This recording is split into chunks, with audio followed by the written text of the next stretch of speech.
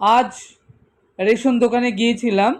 যেহেতু আমি বারাসাতেই থাকি, তাই হরিতলাতে আমাদের রেশন ডিলারের দোকান।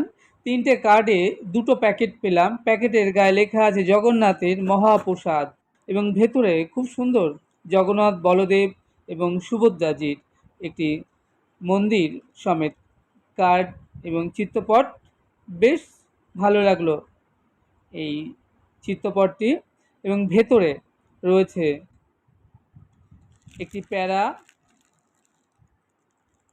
আর রয়েছে একটি গজা।